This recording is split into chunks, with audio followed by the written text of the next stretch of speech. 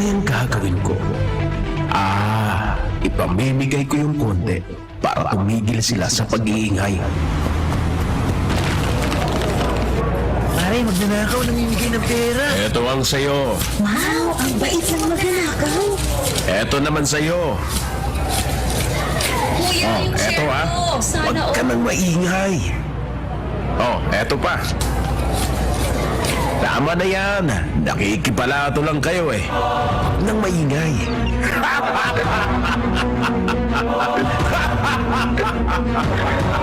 Di ba? Konti lang pinamigay ko, mabait na ako.